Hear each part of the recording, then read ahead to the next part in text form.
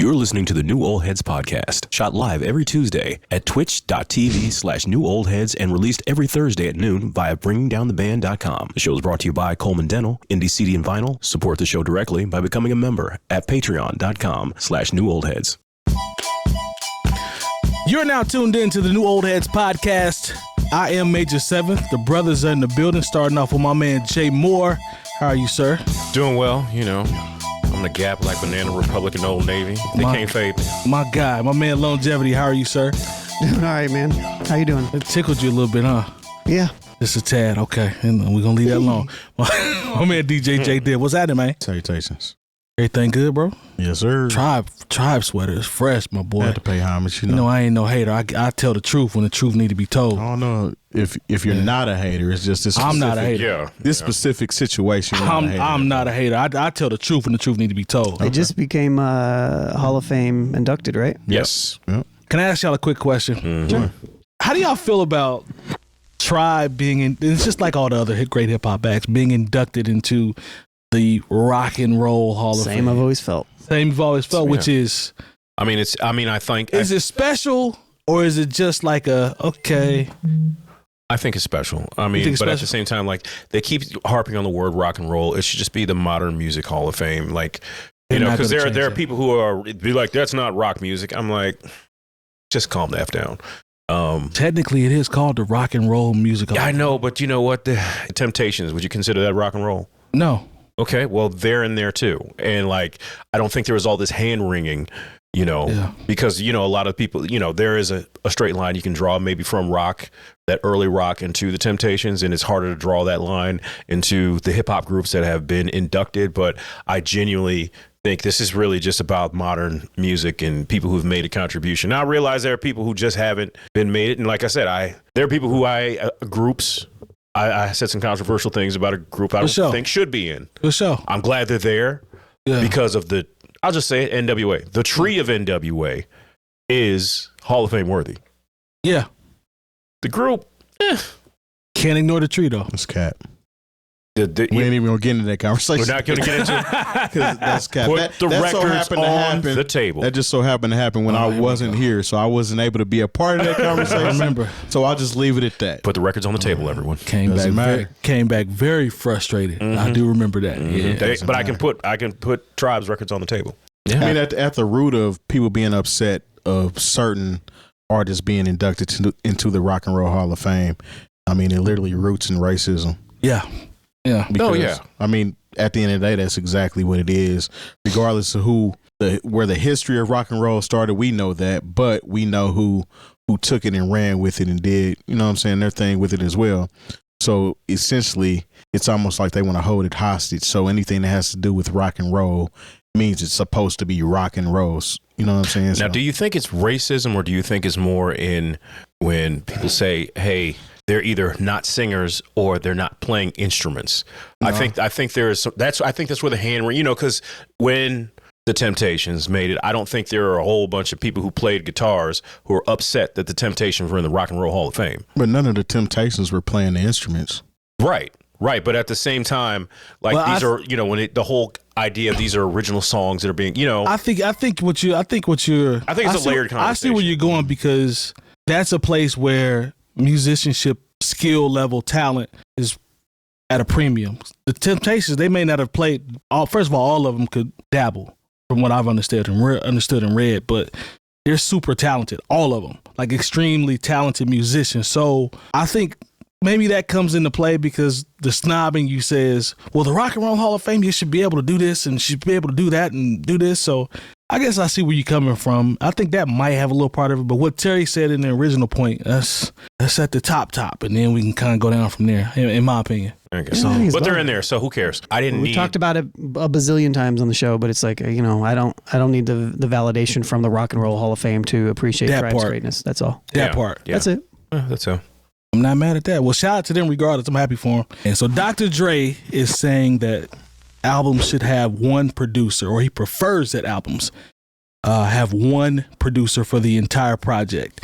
Now, I believe this interview was a recent interview with Stephen A. Smith, where he and Snoop Dogg sat down And he kind of declared how he doesn't like albums that have multiple producers. Now, I got questions, but let's look at the content first, and then we can jump in and see what you gentlemen think. What would y'all tell an artist today that, you're an aspiring artist, you want to make it? Be original. Find your voice. Find your production sound. Find your ear for who you are, and be original. Even if it ain't hitting, stay you. Find your collaborator. I don't like the fact that there's like 9 different producers on one album. I like the idea of one producer on one album. Continuity is everything. Yeah, where did that come from? Where did it come from where you got cats that want to be with 9 different producers on one album and stuff like that? When the hell did that start? I don't know. I don't like it. Yeah. Y'all know where that started. Mm-hmm. Go ahead, jump in there. Well, it started on Nas's album, was the actual first album where they used multiple producers. But I appreciate what Dr. Dre is saying, but at the same time, if we're waiting for albums from Dr. Dre to produce the whole album, we're going to be waiting quite a long time. And it depends on also the artist itself, my personal opinion, because if you have an artist that has a working relationship with his producer and it's you want it all to sound the same. It's a journey. It's a musical journey that you both are going through. Mm-hmm. And I can see it being one producer. Multiple producers allow an artist to express themselves different ways and not to be so locked into a pocket. Like you'll have, for example, Nas again. You had Nas on his I Am album, which isn't one of the best albums, but Dr. Knockboot didn't Don't do fit. that. Don't do that. Dr. Knockboot and You Can't See Me Tonight. Now, those are choices or chances he took on that album that weren't, they didn't work out in his favor. But that chance wouldn't be there if you worked with one producer. Exactly. So, sometimes it works, sometimes it doesn't. I don't really see a fault in it. I do like when an artist locks in with a producer and actually makes a whole project, but I don't mind them choosing other producers to work on it as well. Lone, I want to hear I have a list that I found, but I want to hear what you think.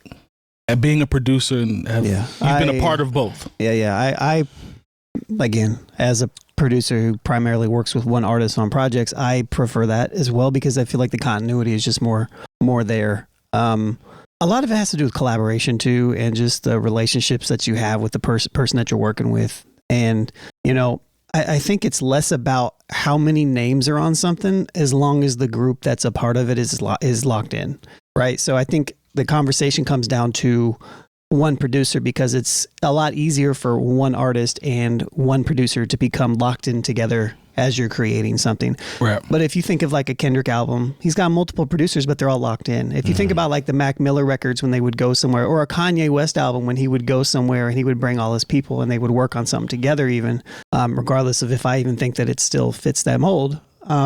I think that's the approach. I think it's less about one producer. But then you think about like Common and Pete Rock, one very specific sound. You think about Pete Rock and CL Smooth. Yeah, Pete Rock, CL Smooth. But even like when Dilla worked with the Soulquarians on Common stuff back in the day, or Blue in Exile, or Blue and Fashawn, or the Alchemists on whole projects and stuff like that. The Derringer. Now, granted, you can go off and you can get a Conductor Williams and you can get an Alchemist over here, and you can find those people, but they're in the same type of realm. So Bingo. I think you can go outside of it a little bit, but there's something to be said still about like the one-on-one that I just like, and cohesiveness. Yeah, I think it's harder. It's a little bit harder to achieve the more people that you bring into it. I think the way I look at it is I'm with you on, and I'm kind of with Dre on the one producer and the artist, because experiencing that is a totally different experience, and you feel like when you get your baby and it's done, it's different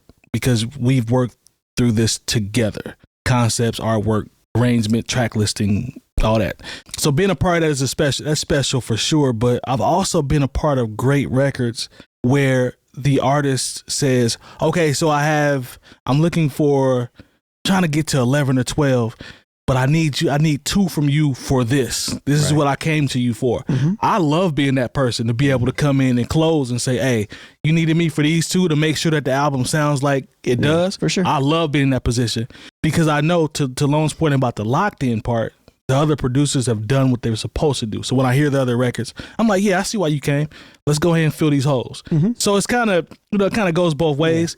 But there's a list I found that has a lot of records that are classic, if not classic, great records that are only with one producer or production team. Now, some of these, obviously, we got Doggy Style, Enter the 36 Chambers, 400 Degrees, Mad. How do you say this, Terry? Mad Villainy. I always say it wrong. Thank you. College Dropout, Moment of Truth. Who else? Pinata, 444, No ID, Strictly Business, EPMD. That's Eric Sermon. Eric Sermon. I was going to say Eric Onassis. Daytona. So just a list of people like that. So these are dope records that have one sound that actually works. So it works, but I'm just kind of in between because I've experienced both. I mean, because, but you also have the blueprint. Yeah. You have, majority of Jay-Z, you have Illmatic. You have these records that, Black Album. Yeah, I mean, so when you, and that was the theme of the Black Album, initially it's supposed to be 12 producers, 12 songs, 12 producers. Yep. I know it didn't work out exactly how it was mapped out. I remember seeing that advertisement. Yeah. It was like, track 1, Dr. Dre, premiere. Like, there are people who were actually advertised as perhaps being on the album, didn't make it. But of course, like, he didn't have Ninth Wonder on that initial advertisement. He made the album. I think it's more about sometimes the MC creating the cohesiveness. Does he have a theme for the album? Is he trying to, say something specific regardless of the production? And I understand the uniformity that comes from having perhaps a DJ Premier or, a Hit Boy, work on your entire album. And I think that's a dope concept. I think that's something that really worked for Nas, with the majority of the King's Disease series. You can't say, oh, I locked in with one producer, but, you find yourself them not being able to draw out of you what you need to reach your artistic vision, But, as cool as what Dre has to say is, and I feel him on a certain level, I was like, what's the last time Dre, I mean, he's a situation where he oversees production. Maybe he's in there twisting knobs saying, hey, let's move this here, move this there. But, Dre didn't produce. But depending on who you're talking to. If there was ever one person, though, that could speak to being the main person that's put classics out, he's the person that can speak. And one of the things, I talked about previous to that, the Aftermath run, Dr. Dre's most underrated work was for Above the Law. I can't remember. There was another group. Of course, I'm sorry, the DOC. How could I forget that? That's some of, and the second NWA album. Like, that's some of his best work. Everybody thinks about the stuff that he did, when he had all the collaborators, when it got to working on the Eminem records and, doing the stuff for, the Dr. Dre 2001. But, honestly, to me, just being old or oldish, the things that make Dre legendary, all happened before the Chronic.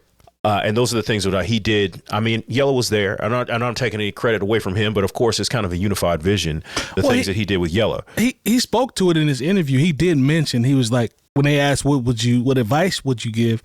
If you go through this clip, he says, get collaborators. To y'all point about teams. Mm-hmm. He did say, get collaborators and work with collaborators. Collaborators, thank you. But he did say, learn how to produce an entire record, being the main person that points and directs what the team does.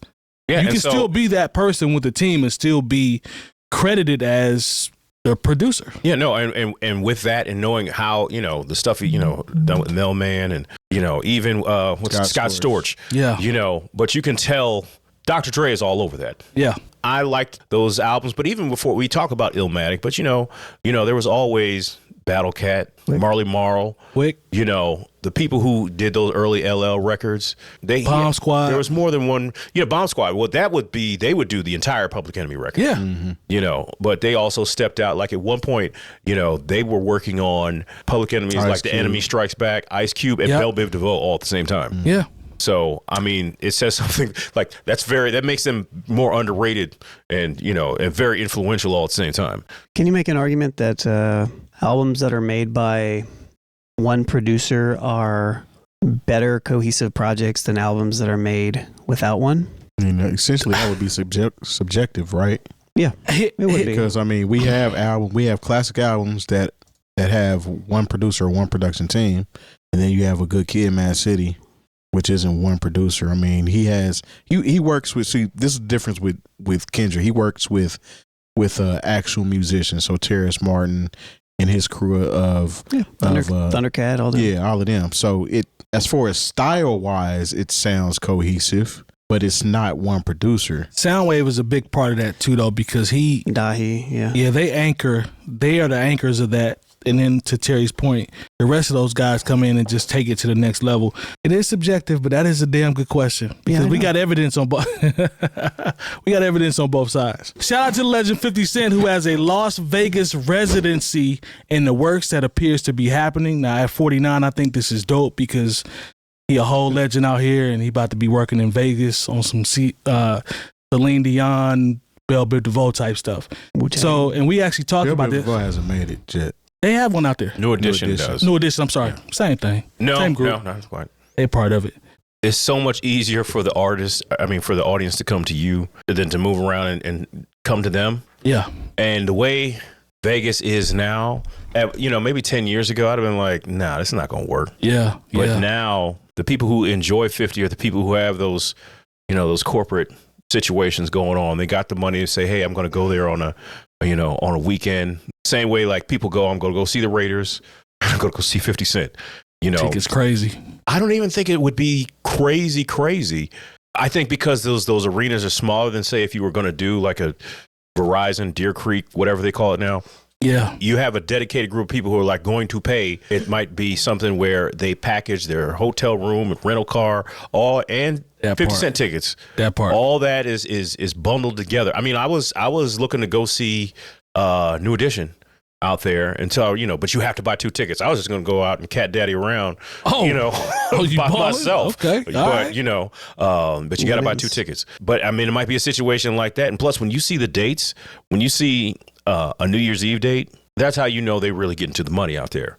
Because I'm telling you, everything, it's what people in my business we call it amateur hour, because there are people who don't go out any part of the rest of the year, but they go out for New Year's Eve. Yeah. Okay. And the thing is, they'll pay premium to come somewhere that they wouldn't ordinarily go in the first place. Once again, this is a money play. I think it's smart. I'm seeing, like you said, Wu-Tang Clan is out there. New Edition is out there. Yeah. The people that we grew up with are now the Vegas acts. Like, I'm pretty sure Wayne Newton is still out there doing his thing. Probably. Maybe. Maybe. Ain't nobody going to see Wayne. Hey. You don't know that, bro. Yeah, hey, man, look, if I was out there, I'd be like, you know what, I want the whole Vegas experience. I'm cool. I'm going to go see Wayne. He said I'm cool. I'm going to see the Siegfried, even though they be doing them Tigers wrong. I'm going to go see all that. No, I think it's just about time. I mean, this isn't the first time that a hip-hop artist had a residency. Drake actually had one right before COVID hit, I believe. Oh, okay. He had a couple dates. So I don't know if it was necessarily considered a residency, but I mean, as I was talking about last week, it's time for it. I mean, hip hop is the biggest money making genre, most popular genre of the time. So it only makes sense for the artists to help it become that, start their Vegas residencies. And it's not like they're locked into, they got to do this every single day. They can just do it a few days a week. I mean, Usher was still touring while he was doing his Vegas residency. He just showed up and showed out and made it happen. I mean, it's just, the time is now. Why not get them coins? No, I'm with you, man. Like, get that paper, man. Like, to Jay Moore's point, a lot of people will spend that bread around that time. So he's going to take, I know 50, 50 is about that money anyway. So he's going to take full advantage of those ticket prices, and whatever happens around that time, that mug will be sold out. The thing about Vegas is when you're in Vegas, a lot of times, most of the people are there to gamble. Yeah. So they're there to spend money anyway, especially if they win. So you have multiple options of different artists you can go check out. I mean, any random weekend you can go to Vegas and there's a pool party and 2 Chainz might be performing. True. You know what I'm saying? So, I mean, it's just, Vegas is a different type of animal, man. If anybody has been there, the party don't stop. Even after the party, there's some other going on, and I don't know, it just makes sense. For a minute, DJs were running Vegas. So like, they would be like, if you went up the strip, there was billboards with whatever DJ was going to be there. So I mean, DJ AM, God bless the dead, he was getting to it out there. Yes, he was. They was getting big bags. So yeah, Vegas is ready for this hip hop show. I didn't know the DJs was that, you put me on to that. I didn't know they were getting that paper out there with the events like the like they were the stars, of these big rooms, so And it was weird about, some of them had rules about how much rap you could play. And it was a weird thing. Absolutely. And what was crazy is like these are DJs that came from hip hop and they just played the game, but it is what it is. Let's talk about old Tyler, the Creator, one of my favorite artists, who says he's abandoning Friday releases, and especially for his new album. I'm going to try to pronounce CHROMAKOPIA. CHROMAKOPIA. Says he's not doing the Friday releases anymore. Says he's going to drop on October 28th, with, to my knowledge, is a Monday. So Tyler, the Creator, has announced that he will be dropping a new album, CHROMAKOPIA, on October 28th, which is a Monday. And here's what he said. He said, I think it's a lot of passive listening on the weekend. If you put it out during the week, you really have time to dive in and really listen. Now, that quote is from an interview that he did with Nardwuar the year before. Aha. So this is a little bit of foreshadowing, if you will, from Tyler, that this is happening a year later.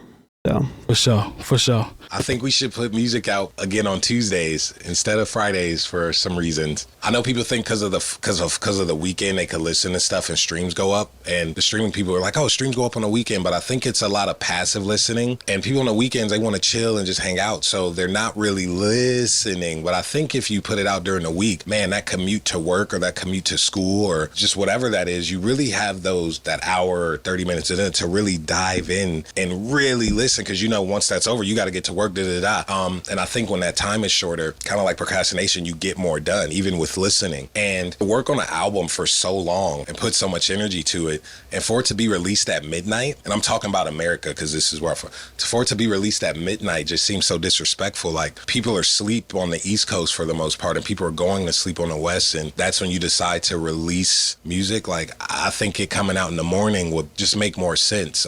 But that's just me personally. Yeah. He's about to switch the whole game. You think so?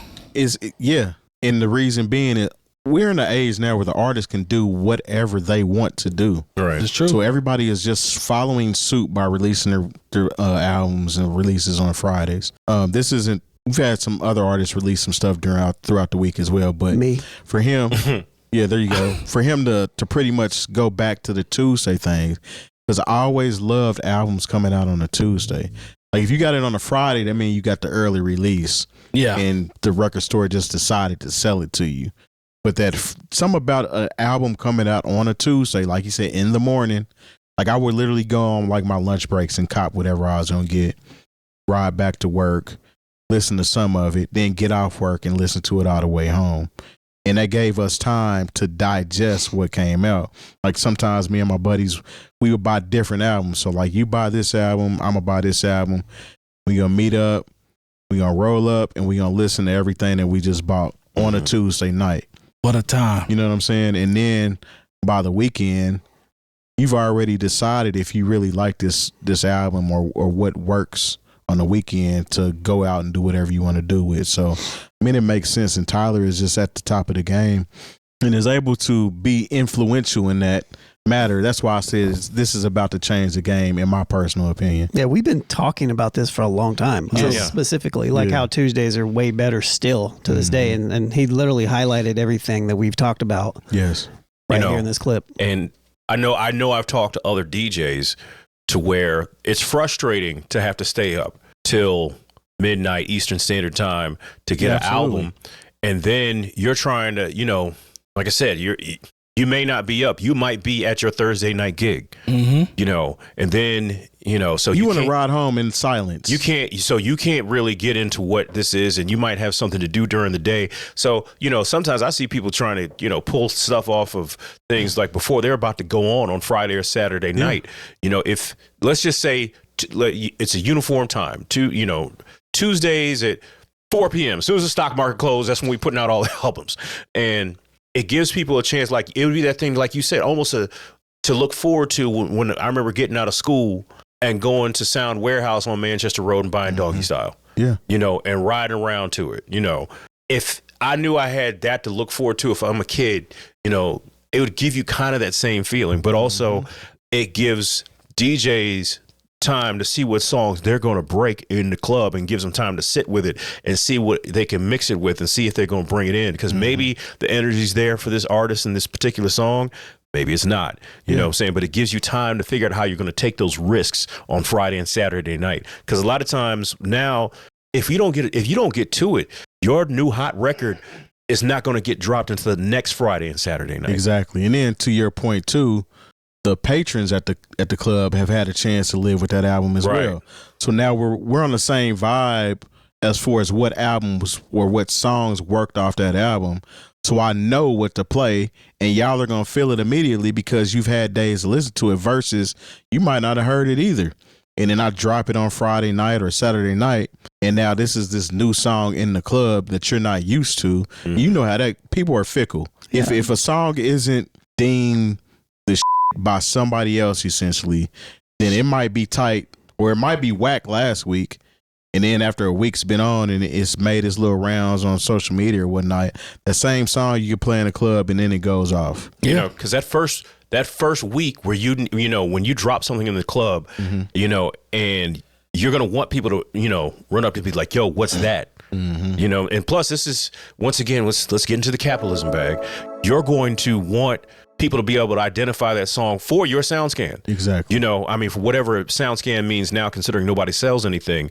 But, you know, when you're talking about your numbers, it might be the difference between people having something popping on Friday and Saturday night and listening to it on Sunday afternoon. That is the difference between your album going number one or not. You know, like I said, there are a lot of variables here, and there's a lot of things that you have to think of from a corporate standpoint, from a marketing standpoint, that honestly, I don't think the people who run these labels now, I don't even know where the Friday release came from. I remember, but I don't remember. Yeah, so I remember there was intention behind it, and I think it was essentially they thought that this was the best way to release it, but it's not. No. But yeah, I remember. I don't know if we talked about it or if it was just something that I read, but there's science behind it. You know, and maybe like there's all these because it is streaming. There's all these new rules behind how things are tabulated. I don't even know if it goes, you know, Monday to Sunday like it used to. It might be a completely different thing. That, you know, like I said, my brain coming from the old SoundScan days. You know, of course, you wanted to count that whole week's sales, and like now you don't care because nobody's selling anything. So the record industry agreed to move the release day for new albums from Tuesdays to Fridays in an effort to combat piracy around the world.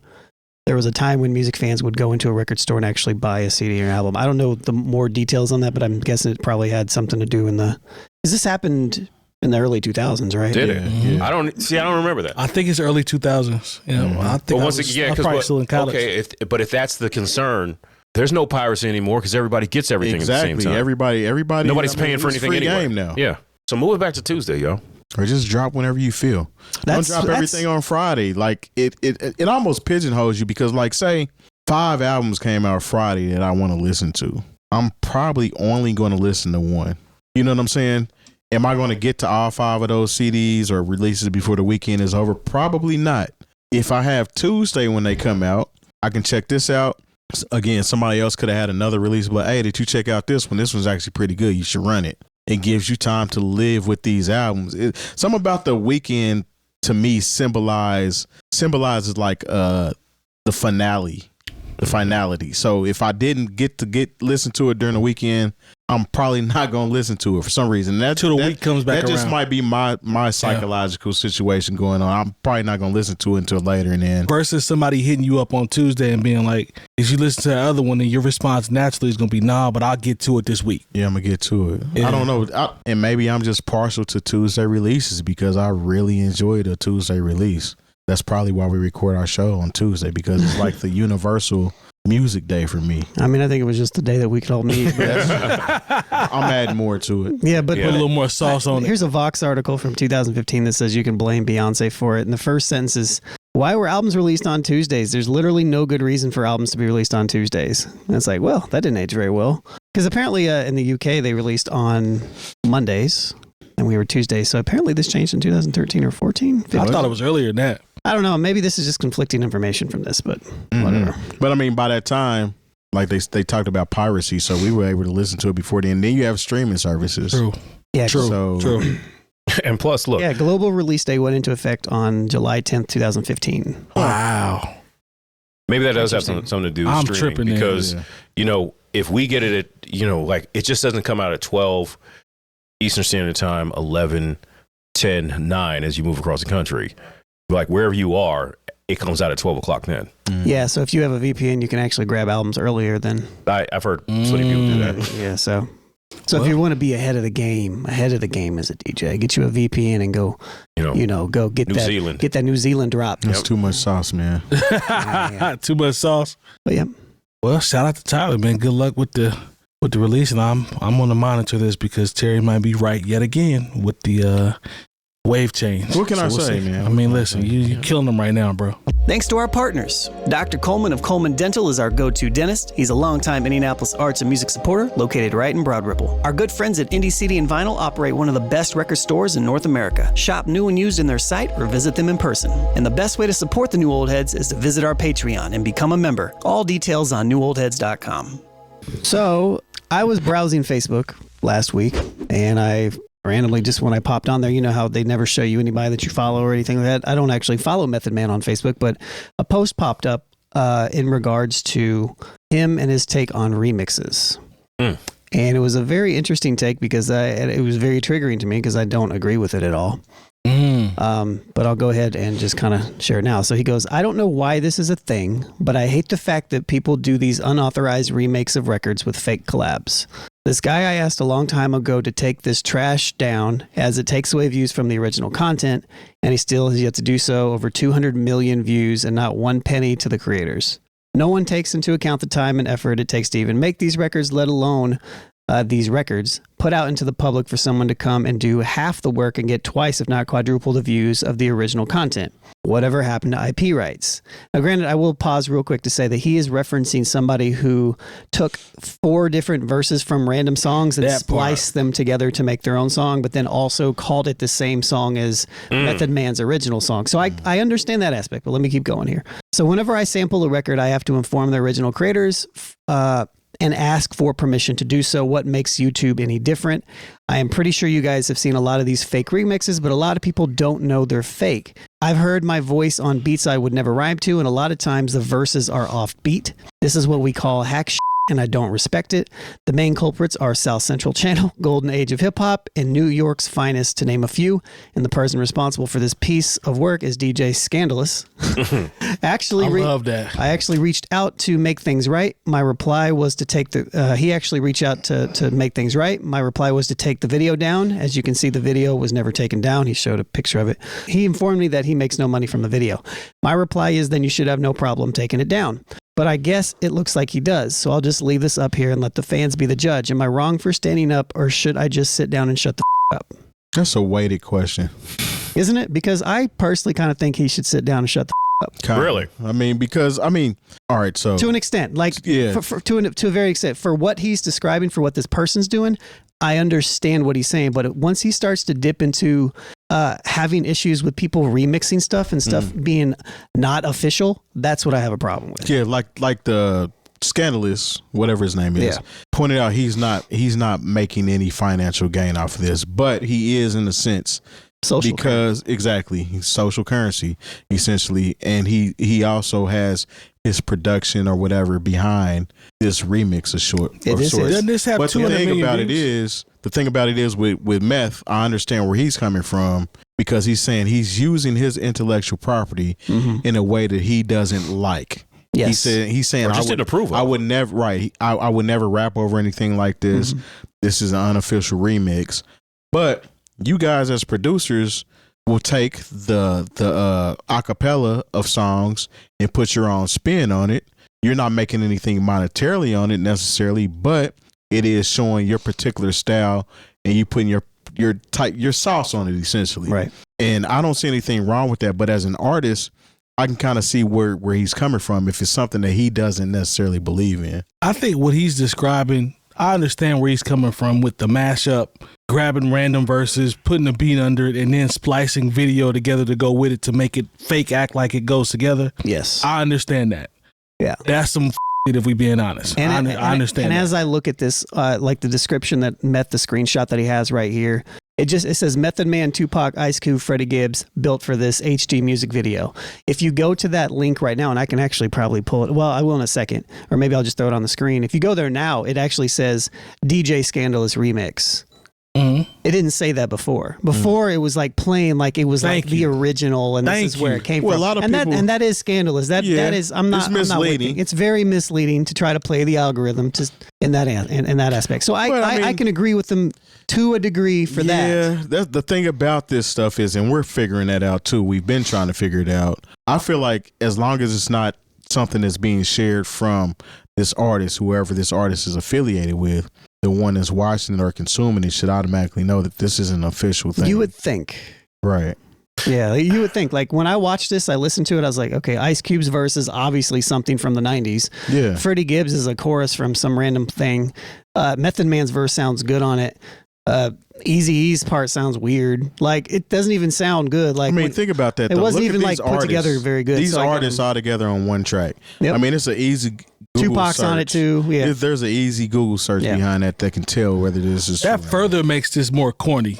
In my opinion, it makes it more corny. I honestly, part of it is kind of like it's somebody taking something and they're just kind of trying to make something cool off of it too. Like, and they blew up. Like this was an avenue that obviously Method Man doesn't know anything. Like he doesn't obviously knows nothing about the YouTube space. Like if you're like this video so happened as of this has 266 million views. I thought I saw that. Which is crazy. And that is crazy. Which at the same time I'm like, good, because it's hard out here for creators and remixers and stuff. I know because I am one, and producers. So it's like part of me is like, all right, good. But then I listened to it and I was like, this is kind of ass. Like just the way he's it just sounds. getting views on there based off the artist that he has all featured on there. Yeah. And again, he's not making any money off of it because at 200 million views, he'd be super paid off of that.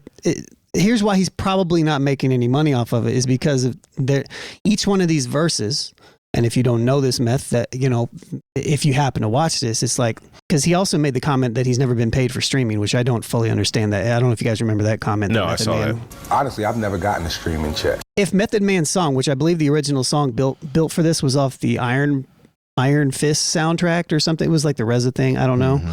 If that release was put out properly, then there will be content ID attached to that. And when Method Man's verse goes out anywhere on YouTube, it's going to automatically pay Method Man for that. Yeah. So it's just what it is. And there's like 7 verses on here. So I'm sure one of them is probably pulling money. It might not even be him making it. It might even be like the estate of Eazy-E maybe making all the money off of this, right? Right. So this is just, to me, this is one of the ways that producers can try to market themselves. And I think it's obvious. I think there's ways to do this in an appropriate manner to where you're not being shady about it. You know what I mean? I mean, it's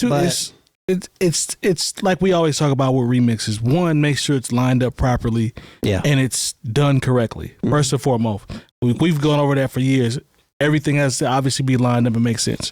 2 is also in the titling. How you title blah blah blah blah blah longevity remix or longevity and blah blah blah remix. It's all about the titling, y'all so you get proper. Y'all do that. We do this responsibly whenever we put something out. So it's not to be sneaky. It's not an illusion or to try to make somebody think something is something else. It's just me with a fire beat that I thought that worked over this acapella. I hope y'all like it. I'm nice. That's what it is. I see where, especially the 2 producers in the room are coming from. But I think I haven't even spoken my piece yet, just for the record. Oh, but you can go ahead. My bad. No, you're good. Because I've the algorithm has brought these videos up, and I'm like, oh, okay, and like I'm not paying because sometimes stuff. Is the Wild Wild West as far as like looking for certain content out here. Still, very unfortunately, like because I'll look for a certain video from somebody and I can only find it on Uprocks, and I don't know why it's not on. For whatever reason, the rest of this person's videos are on their page or Vivo or whatever, but then Uprocks has Lady of Rage, Afro Puffs. Weird, but that's another conversation, I guess. But I'll see this, and not only do they have a remix, it'd be one thing if you just said, hey, remix by DJ Scandalous, but they're actually going in and taking it's trying to sync up video from other videos or things and putting in B-roll, and making it seem like they're getting in and out of cars. That's doing too much, man. And so I don't think so. I think that's a great way to be creative. I think in a way it's very creative, but at the same time, I'm looking at it and I'm like, once you crack 100 million with somebody else's face and voice, whether or not you're getting paid, not even 100 million. Once you get to 10 million, 5 million, even just one, because this is it's not so much that they're trying to clamp down on the creative process, but there's somebody who typed in Method Man and this came up. True. As opposed to, they're looking for, to see me and so I can get my, half of a cent, and maybe cumulatively that'll add up to something. But then I'm seeing those. Method Man could look at it like this. There are 260 million people who were looking for my face and my voice, and somebody else gave it to them, and I saw nothing. So right. Yeah. I can understand why this would be frustrating.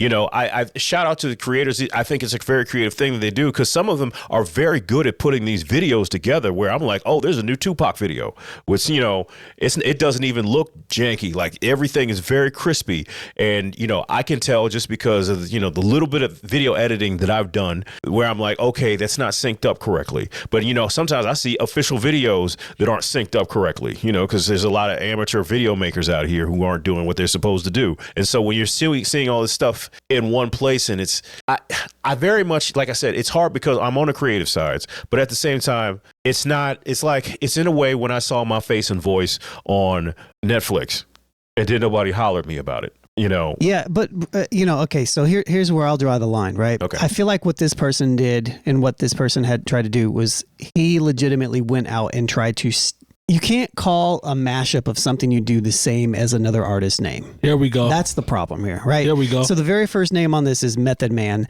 and the song is built for this or whatever. And there's already a song out there that says that, right? And then you go to it and you say, oh, well, there's Tupac and there's all these other people's name on it too. So let me click and check it, right? I feel like what he did was maybe uncouth at worst. But at the end of the day, there's probably a bazillion other ones that went out the same point that's got 25 views. This one just happened to pop and blow up in the way that it did. And who knows why else it blew up in the way. I don't really, we talked about this last week. I don't really subscribe to the idea that you can steal views from other people in that manner. Because if you're really a Method Man head and you're really a hip hop head, you're going to watch this video. And after the verse comes in, you're going to be like, this isn't it. And you're going to know immediately, and then you're going to go and click off, and you're going to go find the original one. So I yes, there's a little bit of algorithm playing with a little bit, and I can definitely see like him calling it hack. I can definitely see him saying that he doesn't appreciate it. I can definitely appreciate looking at it and seeing 266 million views and be like, man, I didn't get paid off of any of that. Yeah. But again, I think that goes down to content ID exists, and that exists, and that is in place for all artists to protect themselves in that manner. Now, what I'll also say is that I got a feeling from reading this that he was also, when he says something along the lines of unauthorized remakes of records with fake collabs, but he also says something about, let me make sure that I'm actually reading this correctly, guys. I don't want to make sure that I wasn't just too, like, when I read it, I was just like, what the Yeah, here he goes. I am pretty sure you guys have seen a lot of these fake remixes, but a lot of people don't know they're fake. What is a fake remix? I think he's saying that the artist didn't authorize the remix, but it breathes new life into whatever the artist has done. And to your point, if his situation was correct, he would be getting paid off of this. So I think this actually speaks more to Method Man's, whoever's in his corner and putting together his whatever his cuts are and things of that nature, right? Or his attorney or somebody that he needs to holler at to make sure that he's getting paid off of these things. Because again, I mean, we're in the information age where everything is readily available on YouTube, Instagram, Facebook, online, whatever. If you don't have your situation correct, you're not going to benefit off of it monetarily, unfortunately. Even if this producer wasn't benefiting off of it, again, like you said, he'll be getting paid off of it. Mm-hmm. And if his situation, his paperwork and everything is correct, then this wouldn't even be a conversation for him, because he would actually probably influence people to do it. Go ahead and remix my stuff. Mm-hmm. I'm going to get paid off of it anyway. A lot of artists don't care. This is the first time in the 20 plus years I've been producing where I've ever heard an artist go on the side of being anti-remix. Yeah. It almost feels, I mean, it's Method Man, but it almost feels like anti-hip-hop to me in a way. I know it's me saying it, right? I'm a white guy who makes beats. But at the same time, it's like, it's just been like the remix aspect of everything has just been so ingrained, especially into the producer economy of everything and all of them that exist. It's just kind of like, it's weird for an artist to come out for a group of people who are essentially doing free promo and remixing because they enjoy the record and putting it out to the world, and most of the time not making any money at all off of it. It's just a really weird type of angle to come from, to only to say like these fake remixes and all this stuff like this, like kind of put remixing in a general in that type of light, because 90% of the remixes, probably 95% of the remixes that are out are not of quote unquote official remixes. Exactly. That doesn't exist anymore. This isn't 1999. I mean, Selection has built a whole brand behind taking other artists' stuff and remixing it, essentially. Yeah. And I'm sure that the artists that they use have their situation correct, to where regardless of what they do, they're going to eat off of it. And again, I just think he's unaware, especially when he brought up he has never received any money from streaming. Yeah, that makes no sense. That was a for different him. conversation. I know, but it's all accumulative at this point, because if he's been in the game since 93, whoever owns the rights to his music or whatever cuts he has situated, something ain't right on that end. If he's never received anything from streaming, y'all have received something for streaming. Yeah. And you haven't been in the game anywhere as near long as Method Man. So for him not to receive anything from streaming and to see this as being a problem, as a threat, essentially to his career musically, that's what he sees it as. He sees it as a threat. And he's thinking of, too, I believe, the sampling aspect of hip hop, to your point about saying that this is anti-hip-hop.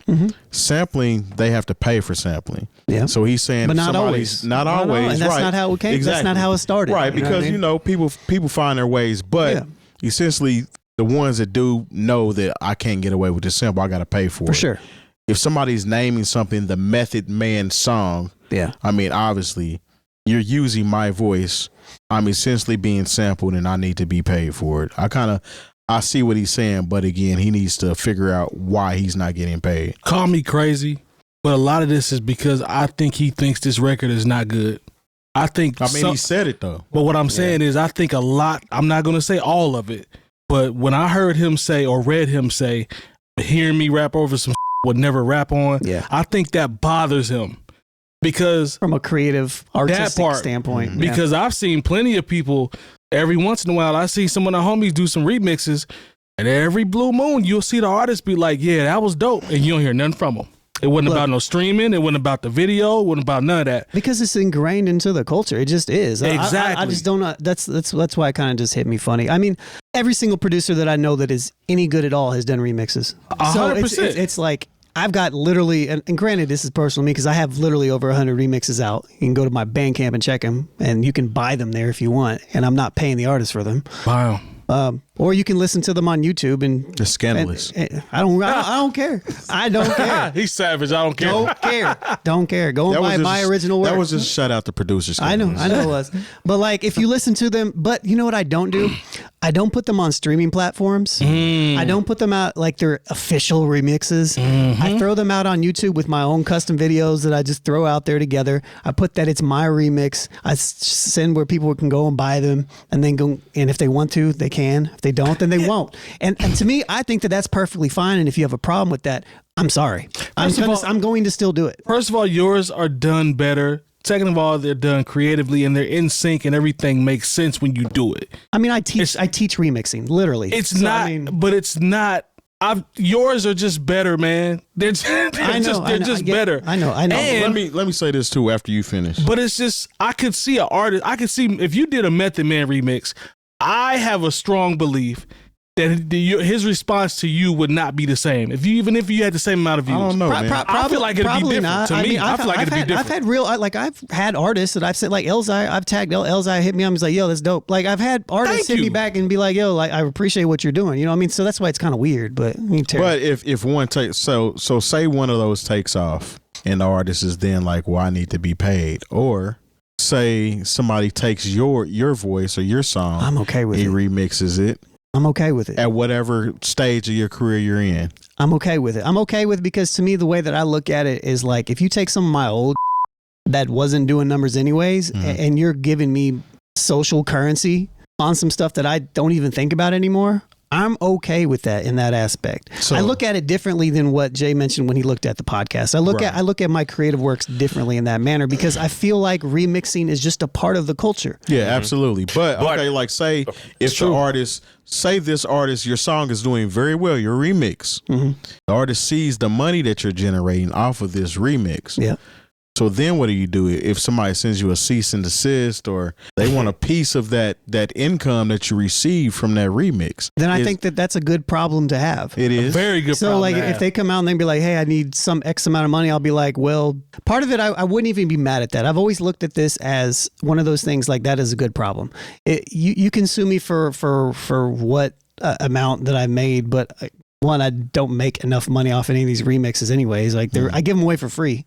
Like you can go to my Bandcamp and literally download all 100 of them for free. You know what I mean? So it's like you have the option to pay. They're like donations because you appreciate what I do. So number one, I'm not going to be selling anything in that capacity anyways. That's the key right there. I'm not going to make a vinyl of like, we're not going to do a vinyl of the Nipsey remixes that we did and put it out. Good and sell it, project, you know, though.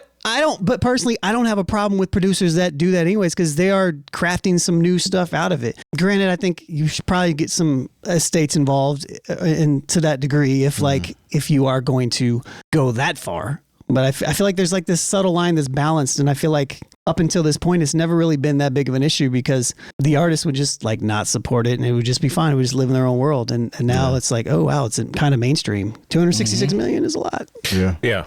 I get where, and I just, like I said, I get where Method Man is coming from just because I'm like, okay, cool. If it was done something, if you had 100,000, 200,000, but when you see 266, when you see $250 million next to your name almost, and, you know, and the way these algorithms are funny, like you might be, you know, somebody might really be looking for Method Man and find this.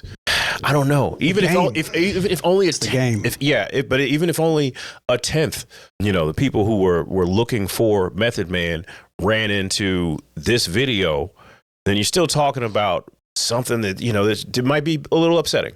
But at the same time, this wouldn't even exist if this guy didn't create it. You know what I mean? So that's where the other piece comes from. Like, yes, it's building, and that's where the fair use argument comes into play a little bit, which is very interesting with YouTube as well, because this guy taking his own beat, putting 5 random verses on them and putting them all together and then putting a random ass video the way he did, I mean, obviously it'd have to be tried in court because that's the only way fair use stuff can be, you know, brought to a head. But like, it kind of follows the guidelines of what fair use is. Now, I saw one recently where like that beat that is at the beginning of They're Not Like Us. Yeah. It's like they extend that beat out and put like 4 rappers on it. Yeah. And I'm like, okay, this isn't an original conversation. You know, this is a song that I don't know what Stealing. That's stealing. Robbery. Yeah. Yeah, it's a little bit different. To me, it's different because there's nothing unique coming. There's nothing new being created, you know, from the production angle of aspect, you know. So I don't know. I don't hate Method Man's approach like this, you know, like I was just kind of being sensational at the first comment that I said, but like, and I understand maybe how his frustration would come, but I honestly still side with the creator on this. Yeah, if I'm the creator, I'm actually using this footage to further boost my video because I mean, Matt said he had a conversation with the guy and he said he wasn't taking it down. Yeah. So I'm using this as social currency, essentially. I mean, I don't know. To be honest, made me click on it. If an artist specifically reached out to me and they're like, "Hey, man, like, can you take this down?" and they gave me a reason, I may actually just accommodate him just because, you know what I mean? Like, I'm not going to be that guy, but like. And I have in the past, not necessarily in that way. Like I've reached out, like I've done records on mixtapes years before. Like you're talking to somebody who like made a mixtape in 2009 and I was reaching out to the original beat makers. Mm-hmm. True. Which wasn't something people did back then. oh, that's You know what I mean? Like, so I remember. I didn't reach out to anybody when I made a mixtape. Yeah. So like, but I was rapping on them too, obviously. Oh, But, okay. yeah, you know what I mean? Like, and so like I reached out and I sent everybody the records and one guy was like, "No, I actually have a different idea for this." I was like, "Oh, never put it out. It's still on my hard drive. I actually like that record. I like it's that all record." fun and games until you run into this artist and they actually slap the shit out of you. No, that's true for too. doing that shit. Look, I'm just glad, like I said, I'm glad Pasta Noose didn't want to fight me after. Hey, after what I did to you know, his song and mixed it with a song where he's being dissed on. Be careful. I think let me just close it up. I think the pro actionable items here are I don't know if this is going to change. I don't know if this is something you can police outside of Content ID. That is the police. Yeah, exactly. So my suggestion to Meth would be, and why I said yes, he should sit down, is because not just sit down and just be quiet about it, but be proactive about going and finding the verse that you have. Go find a Content ID company that, whatever that is, give it to them and have them go and claim that for you, and then you can start collecting residual money from it. That's what you can do to be proactive about. That's the solution to it. Not to be mad at somebody who tried to do something clever, that tried to get somebody to eat. You know, like he's out here trying to be a DJ and he tried to be a producer and he tried some stuff and it actually worked for him. Like, I don't know. I just have it's funny with me. So, but that's all. I can do it. OG voiced his opinion. Keep doing them remixes though, producers, because I'm not stopping. That shit is still dope. I probably won't do a Method Man one now, but well, if you do it right, can't stop, won't stop, Rockefeller Records, because we get down. I don't think I'll do a Method Man one now. He's still an amazing artist. He is legend, whole legend, as they say. It's just hard to believe that, you know, considering I think it's between Sony and Universal Music Group, nobody would have picked up on taking care of this. I think part of it. So here's the interesting thing about it too, is that there's regular Content ID claims, but then there's manual claims as well. Like I've had remixes be manually claimed and automatically claimed in the past. So if this is represented by anybody, they can just go and be like, put a claim on the video, and then it just happens. So it's just speaks to kind of Meth's reps and all that good stuff. So the BET Hip Hop Awards recently gave Best Hip Hop Platform to Club Shay Shay. Cat. Let's play this Choke No Joke video from them. They had Soulja Boy Tello doing the Crank That Soulja Boy in 2024. 20 years later. And granted, he's talking he's about... supposed to, though. He's talking about the BET Hip Hop Awards. 20 years later, he's still cranking. Only people that went needed a look. It's horrible, bro. It's horrible. BET has ran my creation in the ground. It was so low budget that they did it in Dre's nightclub. They did it in a club, bro. The BET Hip Hop Awards went from theaters into a club. Y'all gave Shannon Sharp Best Hip Hop Platform. When is a sports show hip hop? When is a sports show hip hop? So if Stephen A. Smith get hot, y'all gonna give him the Best Hip Hop Platform? Shannon Sharp is not hip hop, bro. How many hip hop people he had up there? He had a few, but he is not a hip hop platform, brother. Y'all I don't know who else was in that category, but if Drink Champs was in that category and y'all gave it to Shannon Sharp, y'all need to be slapped. Not saying Drink Champs deserve it, but if they were even in the category, they deserve it. The Breakfast Club, Complex, Drink Champs, Club Shay Shay, The Shade Room, $1 Million Worth of Game, the Boule Kev podcast, the Joe Budden podcast, and Double XL Magazine. First of all, Double XL only three that should be on there. Need not to be on this list. $1 Million Worth of Game, Boule Kev should all feel disrespected. This ain't the first time that BET has disrespected actual platform. The actual platform, because I want to say Carisha Please won it over. I think he won like 2 years Drink in a row. Club. Yeah, drink champs. Drink. I call it Drink Club. I'm mixing Club Shay Shay and Drink Champs together. But nah, it just goes to show you how tone deaf the network is now, because we already know it's a capitalistically owned situation now. It's not even owned by the same people that owned it back in the day. So it's not going to be the same show. I want to say Viacom owns BET, MTV, and VH1. So whatever stream, it's not even Viacom anymore. It's not Viacom. Well, anymore? now it's now all under. The only reason I know is because I had stock in Viacom. It was because it's all under Paramount, I think, Class B. Oh, okay. But like anytime a show comes on, like one of these award shows is broadcasting on all 3 channels. Right. You know what I'm saying? So I mean, this is not part of the culture anymore. Regardless of if it's called BET Hip Hop Awards, it's not a good representation of the culture, and it's tone deaf, because who has Shannon Sharp talked to hip hop wise? And you can't, and I hate this too. I hate that anytime something is culturally relevant to blacks, they group everything into hip hop. Just like the show Love and Hip Hop has nothing to do with hip hop. It's just messy women and dudes fighting over messy women and dudes and baby showers and bullshit like that. There's nothing hip hop about this. Just because something is black does not automatically classify it as hip hop, and that's mad annoying, and it's mad damn near racist, really, to just because it's black. Oh, that's hip hop. He's not talking about hip hop. You know what I'm saying? They wasted a lot of time. I haven't even respected the BET Hip Hop Awards, and I haven't even watched it in I don't know how many years. I never look for it, don't care. I mean, and the fact that this to the point where it's been reduced to having it in a strip club now further makes me not. Was it a strip club or a club? I think it was just a club. Yeah, but You maybe just automatically put it into a strip club. It looked like a strip club to me, even if it wasn't. Maybe it was. I don't know. Gentleman's Lounge, whatever y'all want to call it. That's stupid. it's some. Like I'm cool. I've been cool on. Oh, I'm sorry. I'm kind of upset sorry about that. this. I'm It's sorry. like 19 bleeps. I'm sorry. Well, I apologize. But all right. this is stupid. Like curse words. This is stupid.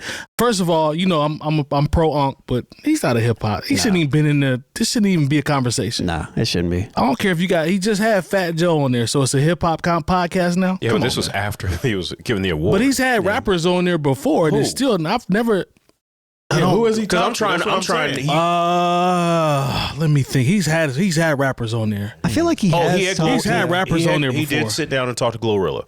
Nah, there's other rappers than that though. He's had rappers on there, but the point remains that it's not a hip hop podcast. It's not a platform for hip hop. Nah, it's not that. It's Shannon be all over the place. No, so the fact that he won proves Terry's point as to what everything has been reduced to.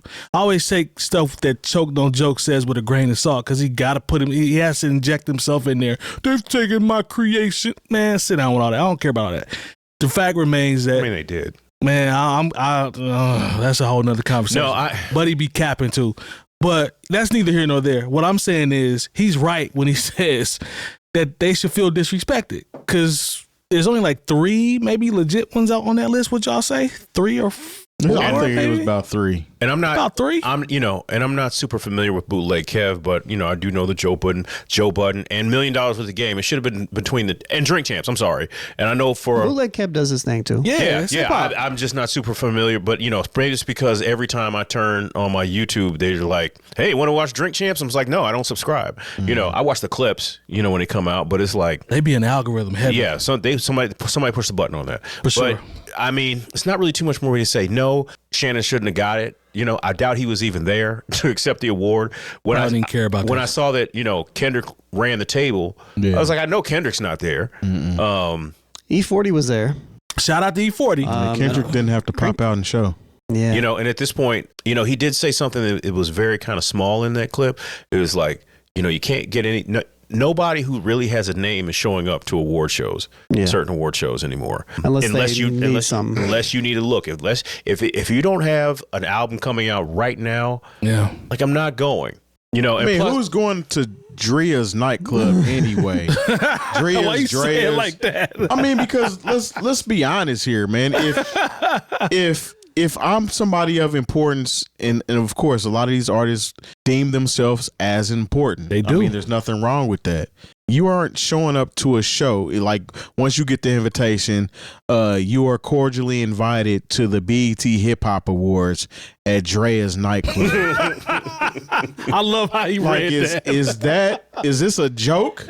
Like, they're probably calling their publicists and their managers like, is this what spam is this? email? Is this for real? Like, Bro. are they really doing the show at Drea's nightclub? I saw the video and it's funny because you can see there's VIP sections at an award show. What? Come on, man. It's crazy at this point because it's almost like it's self-sabotage. Like, who okayed this being a situation to where we're going to just pop bottles and have bottle girls? Somebody who's trying to cut down on the production budget. I guarantee you, I do agree with that. I guarantee you, Jesse Collins did not produce this particular award show. Now, also, sometimes I have to have this conversation with myself and with others.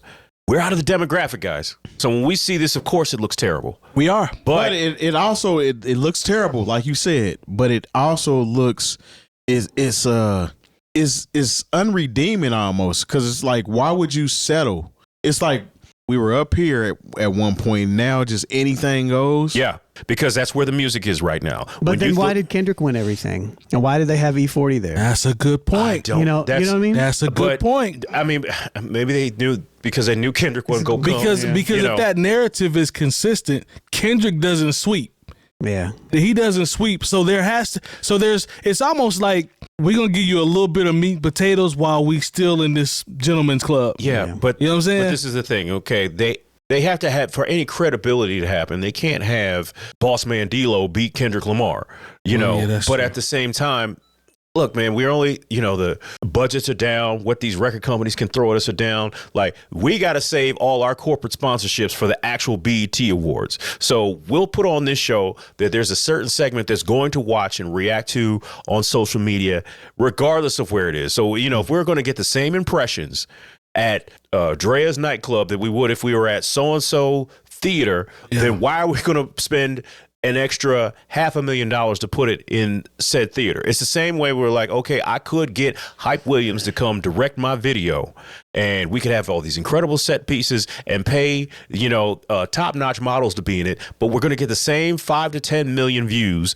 that if we just have, little buddy from around the corner with his iPhone. I know what you were about to say. And then he brings in some girls he went to high school with to shake ass.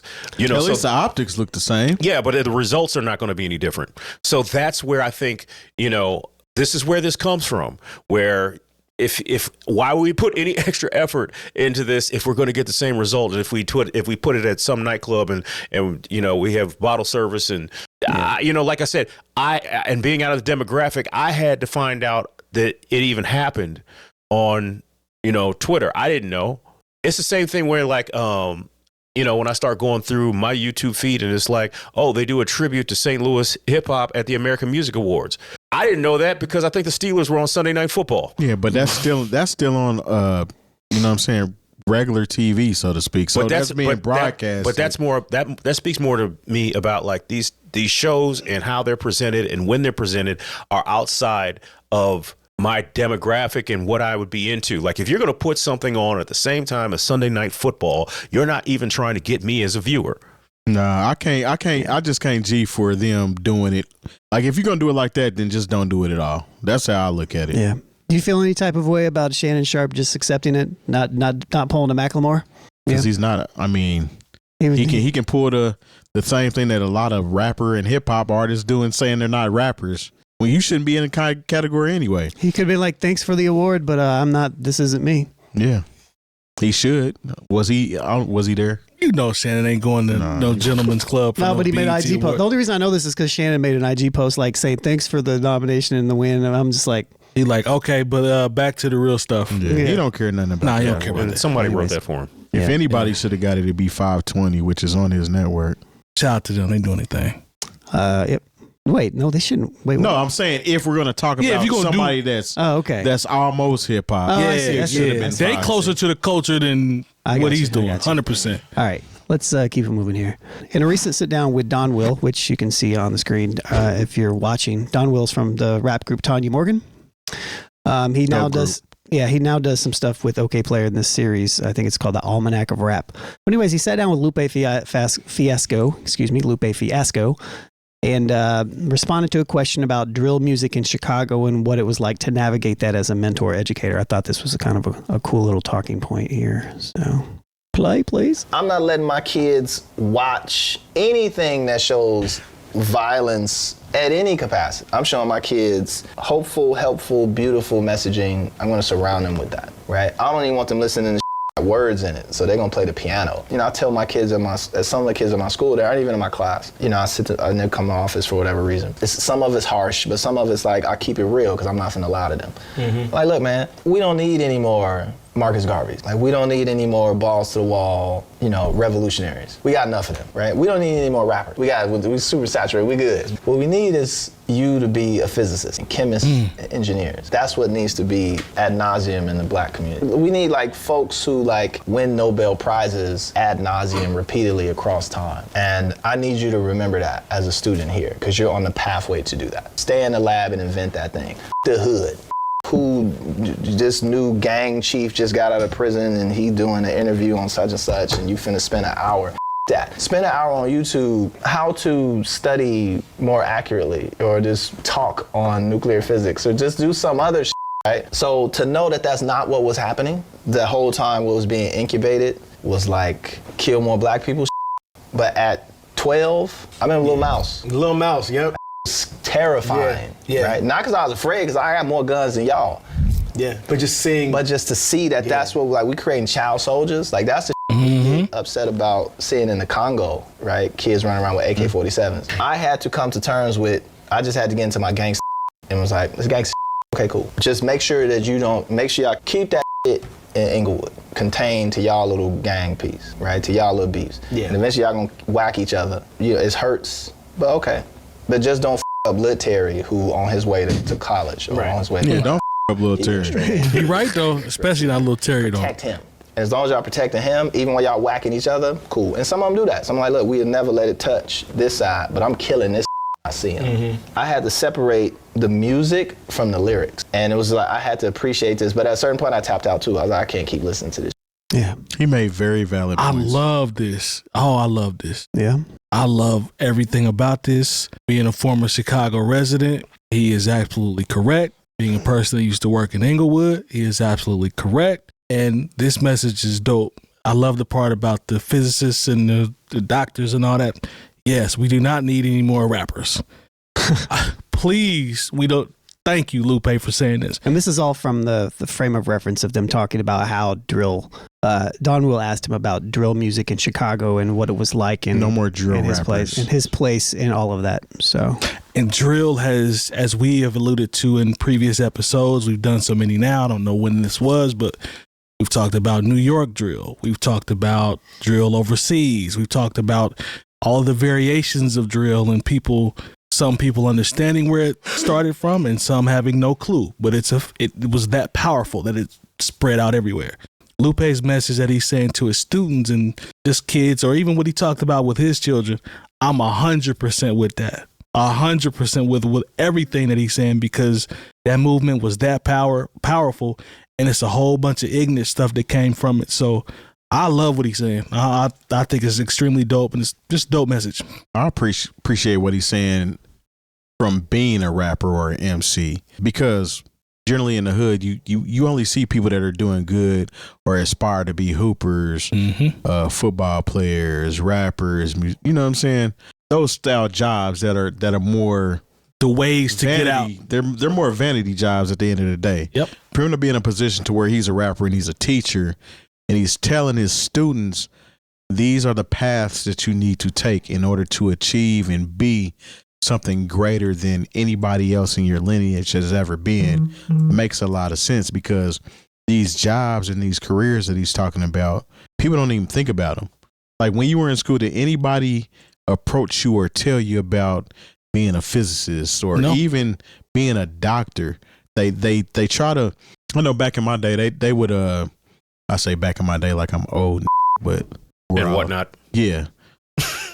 They will put you in shop class. So shop is essentially the area where they would throw away the kids that they didn't deem as being as smart as other Would kids. they? Yeah, but let me explain. Okay.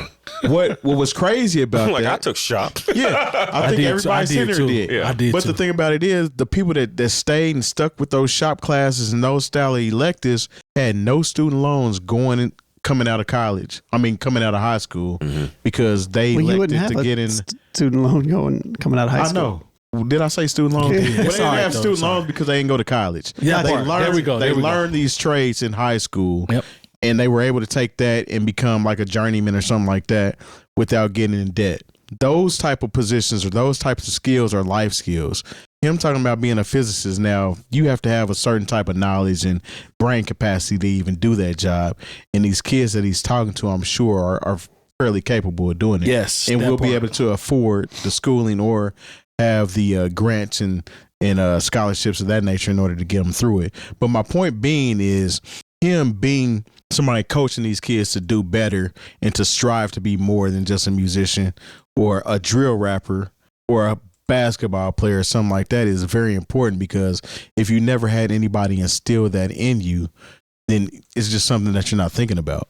No, I agree. I'm with you. 100%. Well, you know, LSJ. I get what he's saying, and I appreciate it. You know what I'm saying? But I there's a piece that you brought in that and Killer Mike has talked about this too. We're like, okay, physicists, that's, or any type of doctor, somebody who's going to be in there, that is something very big to aspire to. And sometimes there are people who have that natural amount of brain activity and capacity to where if someone can just tell them about that, they would go to that as quickly as possible. You see somebody's grades and you see what they're interested in. They read books for no reason at all. That's a person that could be a physicist. But you know what? There are people who, like you talk about the shop. There are people we need, if anything, what we need is carpenters, plumbers, and electricians.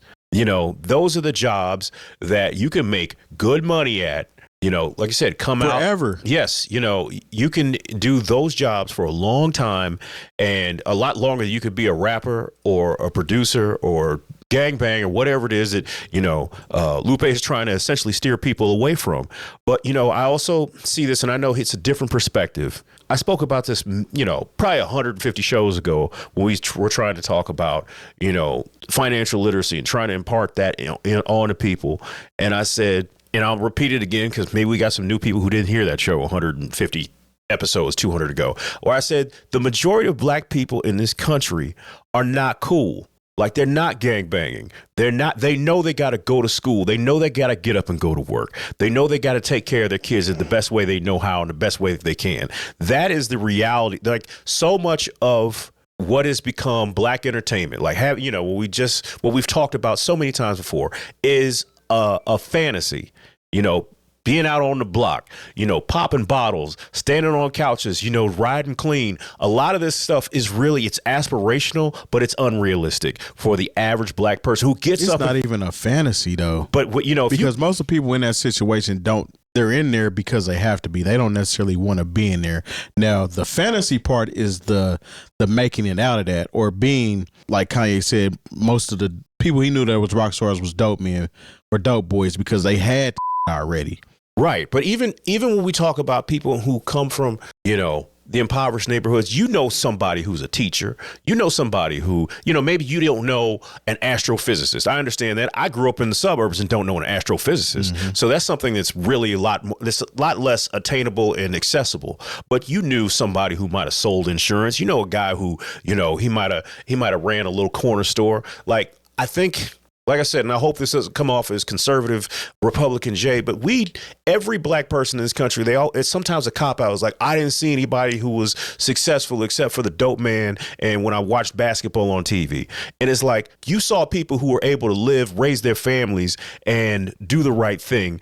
You just, you gravitated towards the dope man because he had a big car, but you didn't, you didn't learn the lesson when he went to jail or when he was shot dead in the street. That should have been, for some people, that's not enough of a deterrent.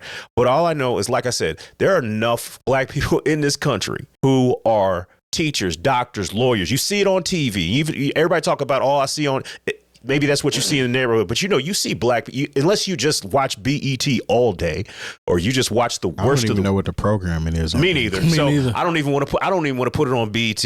But unless all you watch is, gang wars on YouTube, you can't tell me you don't have any concept of black people being successful in this country outside of gangbanging, playing basketball, and being rappers. I understand it's easy because sometimes, if I tell you to walk towards the light, but it's uphill and it's a little further than walking downhill towards the dark, there's some people who are just going to walk downhill towards the dark. But, those people, I don't know if we can help them anyway. But I just sometimes think it's a cop out whenever people say, well, all I've seen be successful in like, you mean you've never turned on the TV and seen a black anchor person? You've never turned on the TV and seen somebody, I don't think community they see it activist? that way, though. Honestly, I don't think people see it that same way. And sometimes growing up in those environments, you really aren't exposed to that. Like, if your parents really don't care about what you into or what you doing. That's the part. You outside, and these are literally the only people you see. They might not have cable. They might not have a TV. So the dope boy that got the nice car and the women and the nice clothes, that might be the only person that they see doing good. Or they just got this new hot boy. They see Lil Wayne and them made it. Okay, I see they made it. This is all I know. I know people. It's crazy because this is 2024. I know people that are still on that same wavelength. I mean, we've all met people that have never been out of the town that they grew up in, never been on a plane, never drove nowhere. They only know what their environment is. So I can't necessarily blame it all the way on there. Again, the information is readily available to them if they have internet. These kids got to go to school in order to the material conditions around allow them to be able to be, I think that's the big piece, the lacking piece in a way. But it's the material. You said something about in-house structure, or you alluded to that in parenting, in terms of, what's being pushed on the children too, because there's two sides to everything. There are the kids that have the opportunity to have their parents say, well, Miss XYZ is a teacher and she made it, and the news anchor and the stuff that Jay was talking about. But there's two sides, because there are kids that, to Terry's point, that come to a situation where they don't have access, nor do they have people that are pouring any of this into them. So as a result, you ever hear somebody say the streets raised me? There are people that were literally raised by the streets. I was blessed. I was lucky. I'm not one of them. I can't sit here and say that doesn't exist, because it does. I got cousins. I got friends. They grew up that way. That's all they knew. I get it. But you know what? I know people who were raised in the same household. One person went to college, one person goes to the penitentiary. At a certain point, it becomes about the choices. You know what I'm saying? Because there are people who have all the access to everything. They just choose what they want to do. I understand there are kids out here who literally have no guidance. Mama's always at work. Daddy's in jail. That's different. I'm talking about the people who have somebody in the house talking about, hey, you need to finish your homework. Hey, we're going to church on Sunday, whether you like it or not. And they still choose the street. Somebody's been telling them the difference between right and wrong their whole life. But they make the excuses like, well, I'm a product of my environment. I was like, that's because I hear a lot of that, and I think it's a cop out. Yeah, I'm with you when you're right on that one, because I've heard of that one too. I've actually even heard of people that were the allure of actually just being from the hood and doing hood shit made them choose that route, and it actually got them killed. Yeah, and they didn't even grow up in that type of situation. It's almost like they're trying to play and act like that was them, and eventually it became them. Yeah. But it also became their demise as well. Because that wasn't you. That's really not who you are.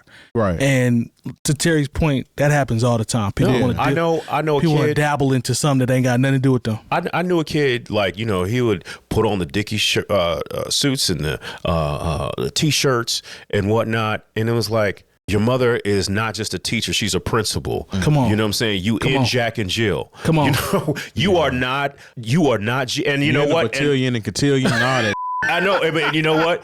Cosplaying and being out in the streets and trying to be something he wasn't got him killed. Yeah, that happens. Yeah, I think that's real. And I think those are two different things. I feel like you guys both approached that from two different angles. Because Lupe's direction was literally talking about being in Chicago and the kids in Inglewood, and them being their material conditions of what everything was, right? You just brought a completely different type of angle, which I think is also important to take but Lupe play. Also alluded to his students, to Terry's point, that will have better opportunities to fall in line with the types of jobs he was throwing out. Help you know what I'm saying? Terry, as we said. Yeah. Well, I mean, it's just like, okay, he's talking, and like I said, maybe I took it another place, but I've like, if you're talking to these kids who are in Inglewood, all right, you're calling their students. So they already are on some sort of path. It's not like they just roam in the streets, and you have some influence on them. Like, there's got to be somebody who at least has instilled enough into them to where they make it to school every day.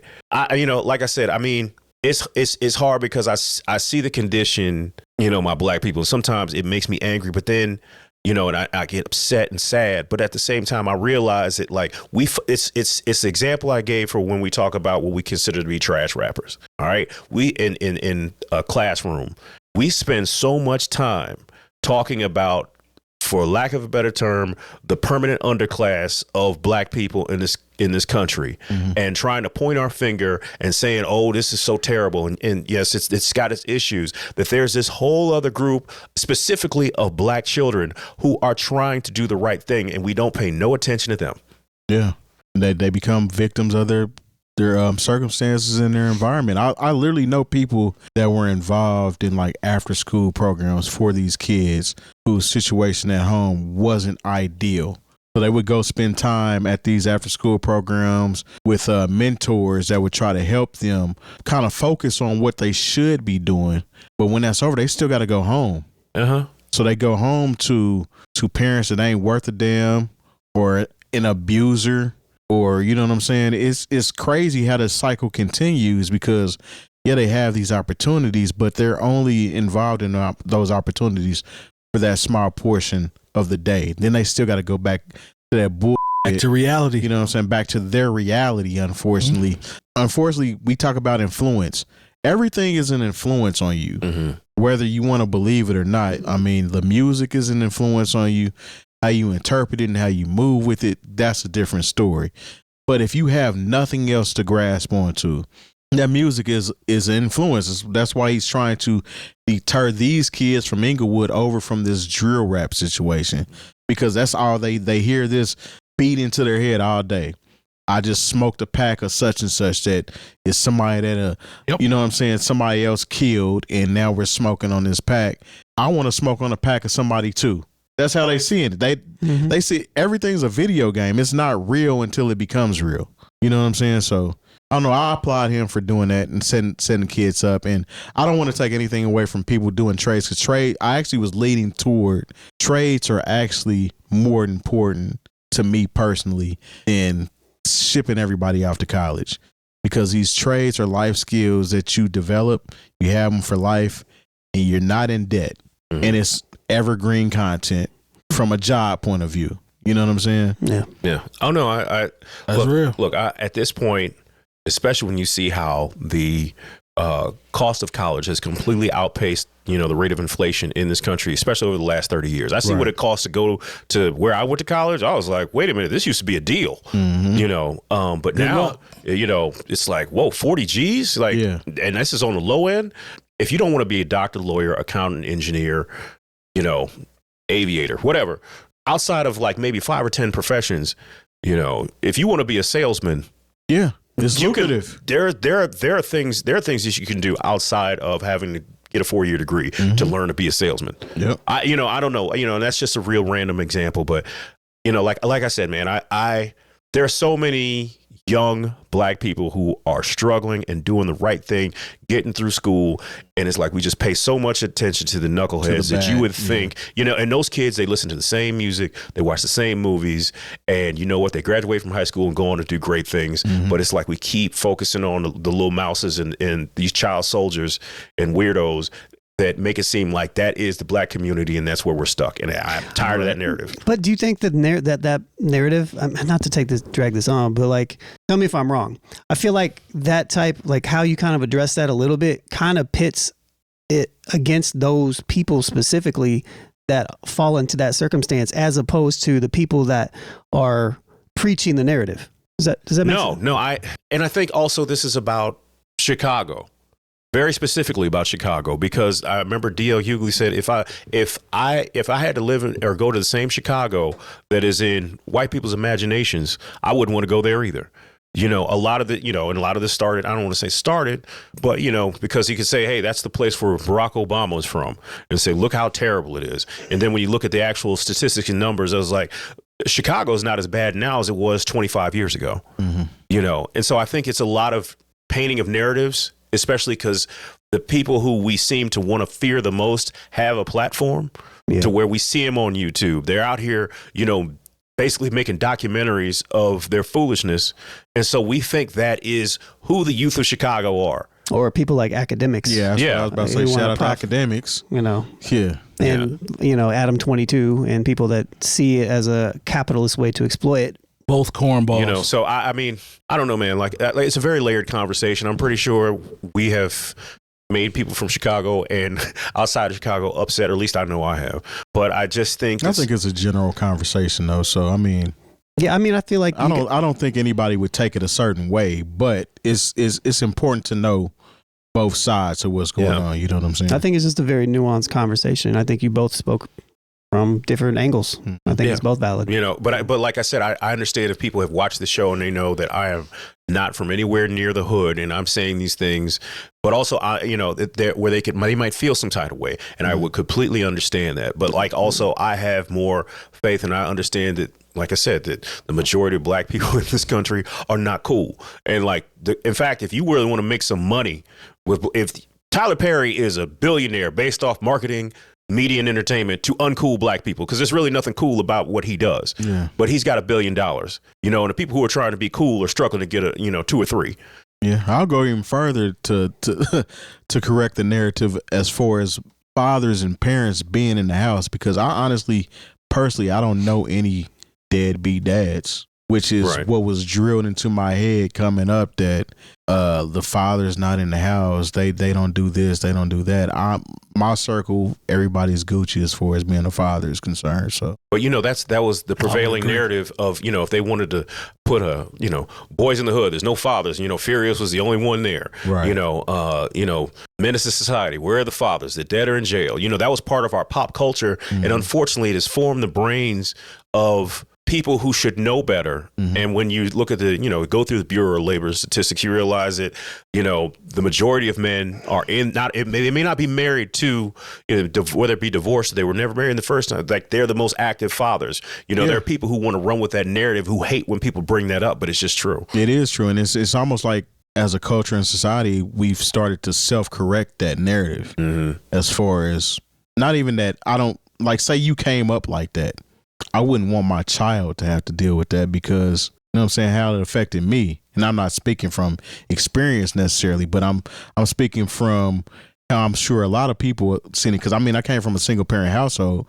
My dad was there in my life, and he provided things like that. But I always personally said that whenever I have kids, I'm going to be there. I'm going to be present. Right. And I think a lot of people did the same thing and kind of self-corrected that pattern. Look, one of the coolest things about getting to this big age I'm at is I'm seeing so many of my friends be the fathers that they didn't have. And I think that's something that, that should be talked about more. And once again, when you talk about that part of the game, and wanting to be a present father, it's like you're the kid who's in class actually doing his homework quietly, and you don't get the same attention from the teacher, which is society, as the person eating crayons and jumping up and down on his desk. Yeah. But my thing is the person eating crayons also needs love and support. Absolutely. Oh, yeah, definitely.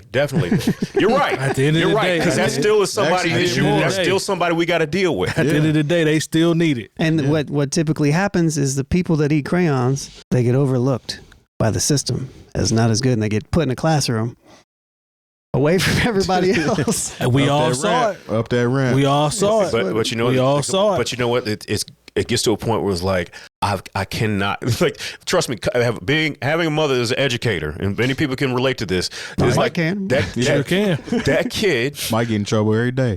Still do. That kid eating crayons and jumping on top of his desk. It just gets to a point where it's like, all right, well, I can't help him. I got 30 other students. Yeah. No child left behind, man. No, we got to leave some of them behind. Yeah. NewOldHeads.com for all the education you need this year. Remember, if you see it, like, subscribe, hit the bell for notifications. Give us a 5-star rating if you get a chance. For the rest of the fellas, I am Major 7th. We appreciate all the support, and we'll see y'all next week.